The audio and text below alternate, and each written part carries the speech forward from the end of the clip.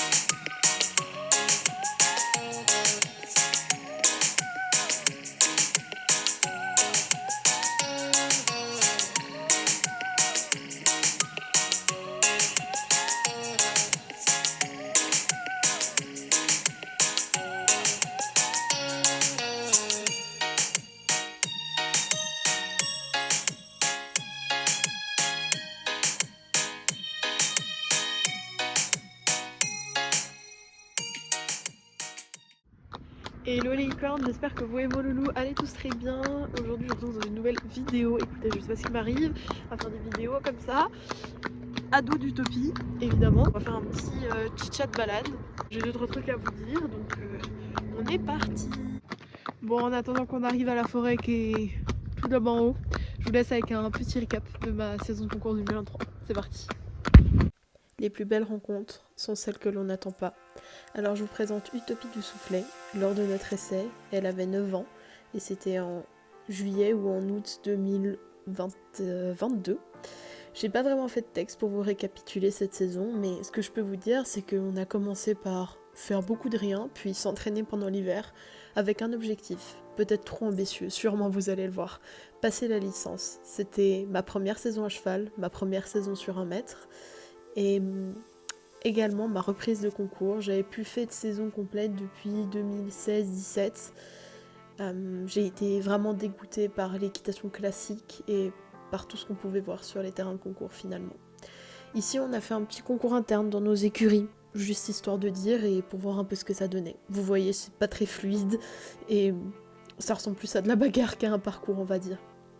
On a continué de s'entraîner parce que le premier concours de la saison approchait. Et on est allé à ce que j'appelle la maison, aka Yverdon-les-Bains. Alors, évidemment, on a pionté, vu que c'est des épreuves de style, et nous voilà partis, dans l'inconnu.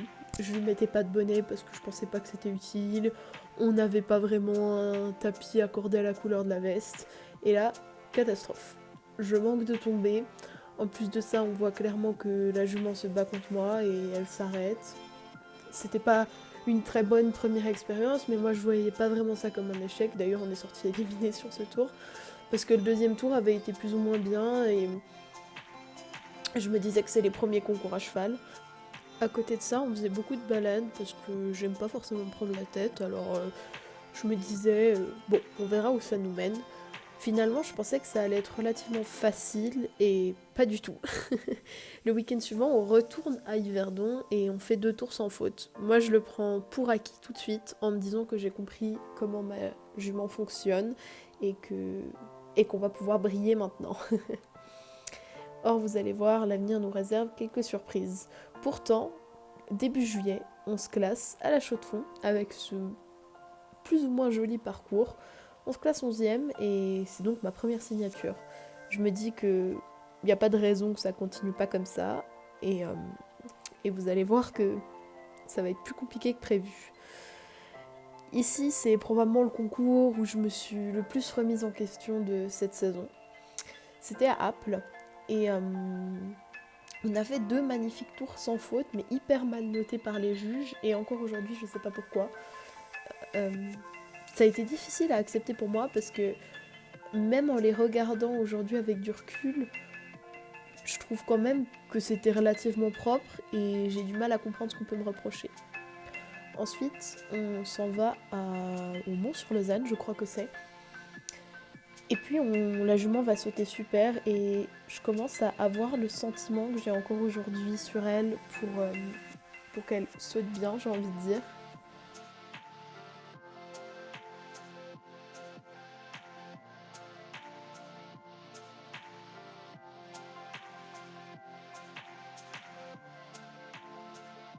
on va encore et encore et encore retourner à Yverdon.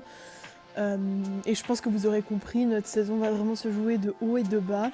Malgré le fait qu'on va faire un nombre important de sans faute, on se classera jamais. Parce que c'était pas au goût des juges, que je faisais encore beaucoup d'erreurs, etc. Donc je dois avouer que j'étais un peu désespérée moralement, c'est très très dur ce style. Alors on continue à faire des promenades et je pense que de s'entraîner plus ça aurait pas aidé.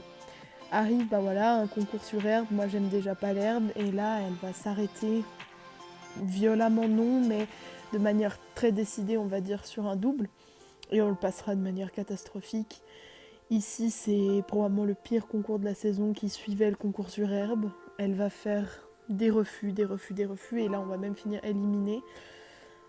Ensuite on est allé faire un tout petit concours pluvieux où on fera un tour sans faute, un tour en 4 points avec une barre dans un double. Ça m'a bien aidé à me remettre en confiance mais en même temps je sentais que je maîtrisais pas 100% de ce qui se passait entre guillemets et que c'était pas vraiment grâce à moi que la jument sautait bien ou mal.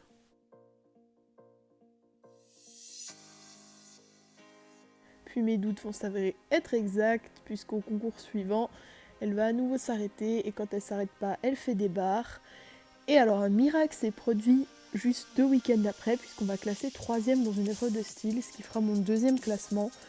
Ça nous met bien en confiance pour attaquer nos championnats fribourgeois qui, comme vous voyez, se passent pas très très bien.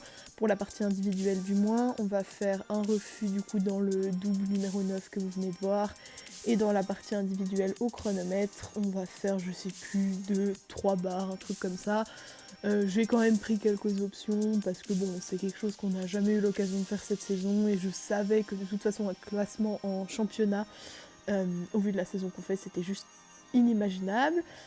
Par contre, on fera un très beau sans faute dans le par équipe et notre équipe sera vice-championne fribourgeoise grâce à un barrage très très rapide d'un des coéquipiers de l'équipe. Donc voilà, encore un bravo à toute l'équipe. Après ces championnats, on va faire un petit indoor et ça va nous réussir puisqu'on arrivera à se classer malgré nos 4 points en fait. Donc ça montre une vraie belle progression, c'était en octobre. Et cette fois, je peux presque dire de manière certaine que j'ai compris comment monter ma jument et que je sais comment faire pour qu'elle saute bien. Et ça va se confirmer de nouveau à Yverdon. Malheureusement, on ne classera pas parce que sur le premier tour, on fait un très joli sans faute où moi j'avais un bon sentiment, mais j'ai pas été bien notée à nouveau. C'est la raison pourquoi je ne fais pas de dressage et finalement on se retrouve quand même à être noté par des juges, alors mince. Et un 2e tour en 4 points qui nous permettra de juste pas se classer mais avec des points tout à fait honorables sans le 4 points.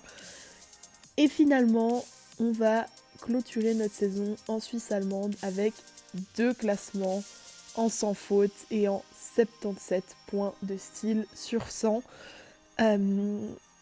Ça montre un petit peu tout ce que j'ai répété encore et encore. J'ai compris enfin, après toute cette remise en question, comment monter ma jument. Je sais que maintenant, rien n'est acquis avec les chevaux et encore moins avec elle, visiblement.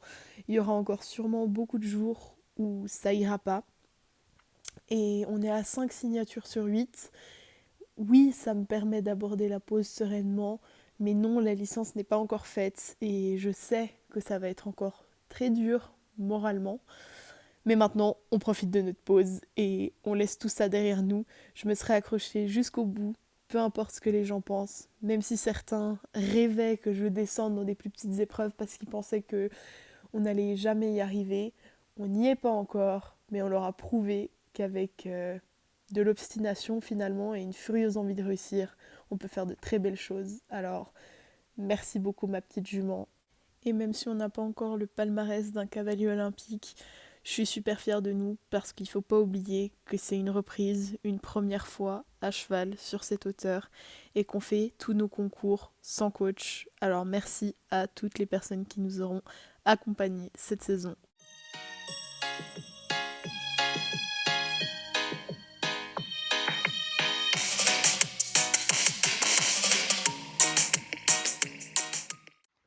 Bon, on a fait un premier galop. Je vous ai pas filmé parce que je voulais quand même être sûre qu'elle m'écoute.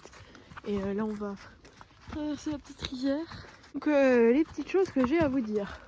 Déjà, il faut qu'on parle de Tara maintenant que vous avez vu mon récap de cette saison. Il nous est arrivé une petite aventure, je vous ai mis juste une story sur Instagram en vous disant que j'avais reçu des compléments alimentaires spécial tendon pour elle et en vous disant qu'on allait en reparler simplement. Et alors c'est pas une tendinite mais elle s'est mise à... ça veut du tout. Voilà, elle s'est mise à boiter très très fort. Tara a des problèmes de tendons parce que ils l'ont fait beaucoup sauter quand elle était jeune et ça lui a un peu détruit les tendons. En fait, elle a les tendons trop longs parce qu'ils se sont élongés et de temps en temps, ils peuvent se coincer dans l'os et créer d'énormes douleurs. Mais là, elle était sur 3 pattes, enfin vraiment quasiment comme un cheval qui a une fracture en fait. Le vétérinaire, quand j'ai eu au téléphone, se demandait si oui, c'était pas une fissure ou quelque chose comme ça, d'après ce que moi j'expliquais. Donc il est venu la voir l'après-midi même. Et en fait, elle s'est déplacée un tendon. Alors, je ne sais pas vraiment expliquer les termes que lui m'a très bien expliqué, très bien dit, etc. Mais elle a un tendon qui ne sont pas les tendons principaux des antérieurs, donc sur un seul antérieur, l'antérieur gauche, qui s'est un peu déplacé. Et ça lui fait très mal, hein, simplement. Donc, elle a eu des anti-inflammatoires. Et puis maintenant, elle a du repos. Sauf qu'entre temps, ça allait mieux. Donc, Chloé est remontée dessus. Et je lui ai probablement donné le feu vert trop vite en fait et elle s'est remise à boiter, donc là elle est encore à l'arrêt. Hier et aujourd'hui elle va faire un peu de liberté parce qu'elle boite plus. Donc on espère que ça va durer mais on veut vraiment prendre notre temps pour pas recommencer comme avant. On fait un petit galop et on continue après. Bah du coup pas de petit galop, on accroche des gens.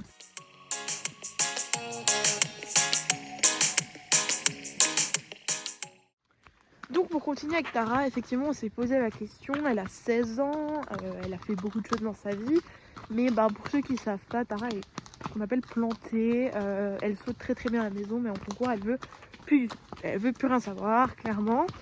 Et je suis allée avec elle à une masterclass d'équitation écologique en septembre, ou peut-être même en octobre en fait, pour essayer de comprendre comment faire sauter Tara et comment réussir à l'aider dans sa peur, parce que finalement c'est vraiment de la peur par rapport à ce qu'elle a vécu auparavant. Ça nous a donné vraiment plein de pistes de travail et Chloé est toujours d'ailleurs hyper partante de réessayer cette fois vraiment en prenant des cours avec quelqu'un spécialisé dans ces méthodes là et des méthodes que je connais brièvement en théorie et un petit peu de pratique mais pas suffisamment pour aider un cheval qui a vraiment un problème. Donc elle a été hyper partante et j'ai vraiment de la chance d'avoir trouvé quelqu'un comme ça pour ma ponette. Donc on recommençait notre travail, notre espèce de désensibilisation à l'obstacle, si on peut dire, etc. Et on s'est demandé, moi c'était la première question que j'ai posée, je me dis est-ce qu'il faut quand même la mettre au pré et arrêter tout ça tout simplement. Pour lui, il voyait pas d'inconvénient à continuer de s'occuper de Tara comme on l'a toujours fait et avoir une activité physique régulière. Mais il faut prendre des précautions. Et ces précautions-là, c'est faire attention au sol. Elle a des guêtres, des Ice Vibe. Je vous mets une photo quoi. Ce sont des guêtres massantes et refroidissantes qu'il faut mettre avant la séance en mode massage pour solliciter les tendons, les chauffer, les préparer à l'effort. Et après la séance avec de la glace pour refroidir les tendons. La suite pour elle, ça va être déjà de se remettre de cette blessure et ensuite d'avoir un travail avec énormément de soins, des compléments alimentaires recommandés par le vétérinaire, etc. Vraiment de la traiter comme un cheval pour les JO. Attention à ce que ça se transforme pas en tendinite, ce qui serait vraiment un peu la cata entre nous. Parce que bien sûr les tendinites ça revient, c'est comme chez l'humain et puis on n'en finit jamais et ce serait pas très bon pour elle. On va continuer dans cette voie de la travailler et de un jour, on espère la revoir sur un parcours de saut d'obstacle, voir l'évolution du travail qu'on va faire avec elle d'une manière différente de tout ce qu'on a essayé jusqu'à maintenant et on verra si ça porte ses fruits.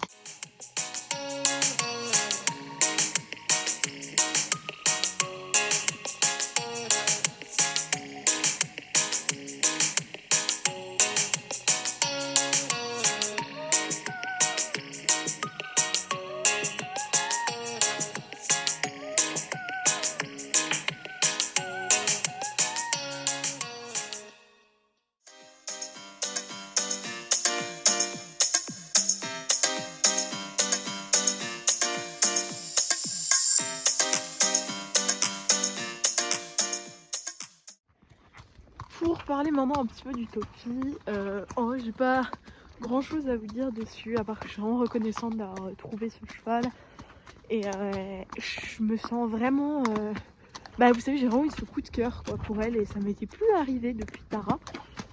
Vraiment d'avoir ce feeling là et ce coup de cœur de me dire ok, c'est le cheval. Et ouais, ça me rend vraiment hyper heureuse. Parce que c'est vraiment une super belle aventure qu'elle m'offre, et puis elle m'a redonné le goût au sport hein, clairement, et c'était pas du tout gagné comme je vous ai expliqué dans le petit récap de ma saison juste avant. Et elle est vraiment fantastique, enfin, elle est pile poil film pour. Les deux juments auront l'ostéo qui va venir très bientôt pour faire un petit contrôle annuel. Sinon, une autre chose est peut-être remarquée, on est en Mormeros, donc vous avez vu qu'elle avait pas de montant. Je vais faire un petit retour dessus rapidement ici, je pense que j'en ferai plutôt un TikTok un peu plus approfondi, mais je suis vraiment contente de ce sport. J'ai entendu plein d'avis dessus et je me dis bon, le plus simple c'est d'essayer et puis de voir. Clairement, elle en avait pas besoin, j'en avais pas vraiment besoin puisque malheureusement en Suisse c'est pas autorisé en concours. Et les règles en CSE sont beaucoup plus strictes et beaucoup moins évoluées on va dire qu'en France. Je trouvais ça intéressant, alors bien sûr on peut pas aller faire brouter avec ce mort ou des choses comme ça, mais je me mets quand même beaucoup en balade, c'est rare qu'on s'arrête brouter en balade. Du coup ça nous va vraiment bien, et puis pour le travail même pour des petits cavaletti, même pour sauter, je suis sûre que ça irait très bien, on n'a jamais eu l'occasion de vraiment sauter avec. Mais pour le travail de détente, elle vient vraiment s'appuyer sur le mort. Je pense que c'est plus la matière que le fait qu'il n'y ait pas de montant. Après, je sais pas, je suis pas dans sa tête. Mais j'ai pas du tout l'impression que la gourmette la gêne, et j'ai plus du tout besoin de la serrer parce qu'elle a vraiment compris qu'il fallait pas cracher le mort. Au début, elle le faisait un peu. Maintenant, c'est complètement réglé. Et c'est cool. Je trouve ça assez cool. Moi, je le mets vraiment souvent. Juste un petit disclaimer, on n'oublie pas que c'est un mort qui passe dans la bouche, qui est un endroit sensible. Ça convient sûrement pas à tous les chevaux, sûrement pas à toutes les mains de cavalier. Et la première fois qu'on l'essaye, on l'essaye dans un manège clos et on laisse le temps au cheval de s'adapter à cette nouvelle texture et ce nouveau contact.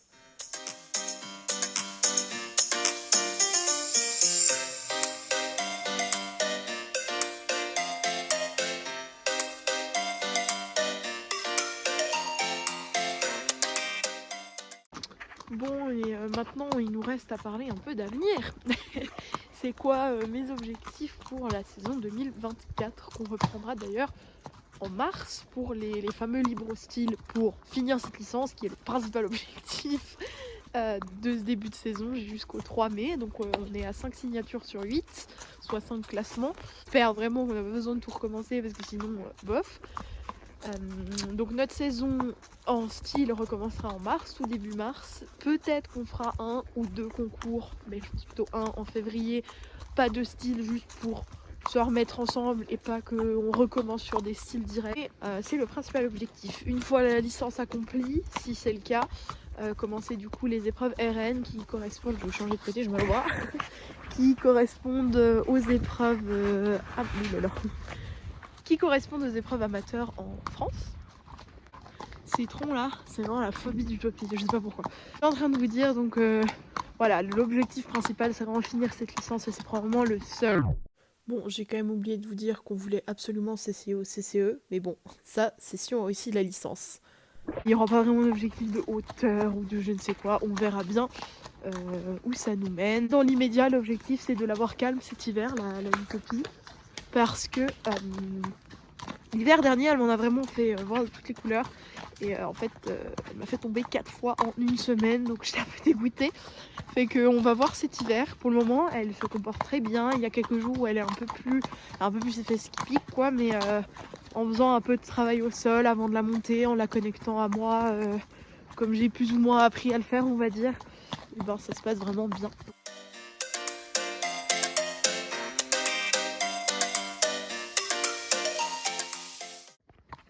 Et puis j'ai aussi une petite réflexion concernant avec quel coach j'ai envie de... Enfin avec quelle valeur de coach un peu... Enfin je sais pas comment dire ça, mais j'ai envie de partager cette aventure équestre. Je me remets pas mal en question parce que finalement l'équitation qui me parle le plus, en tout cas dans la théorie et dans la partie pratique que j'en fais, c'est l'équitation éthologique. C'est cette approche-là qui me paraît la plus juste et la plus durable pour l'avenir de notre sport. Et à l'inverse de ça, je monte avec des coachs qui font de l'équitation classique pure et dure.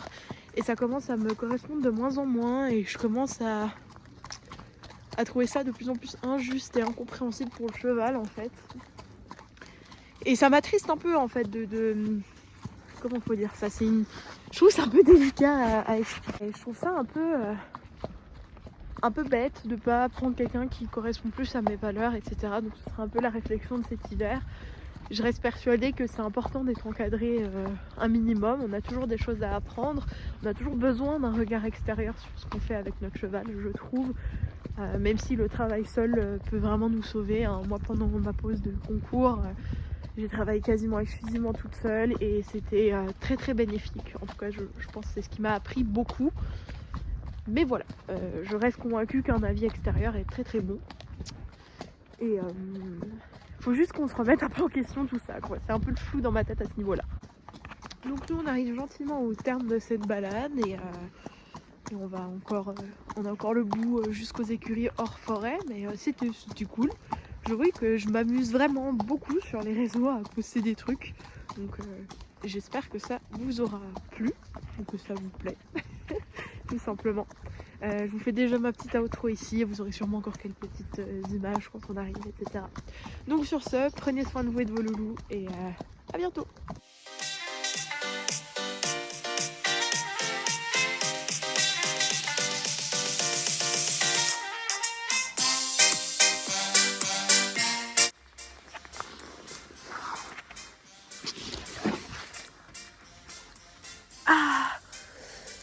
Ah, ça recommence, hein.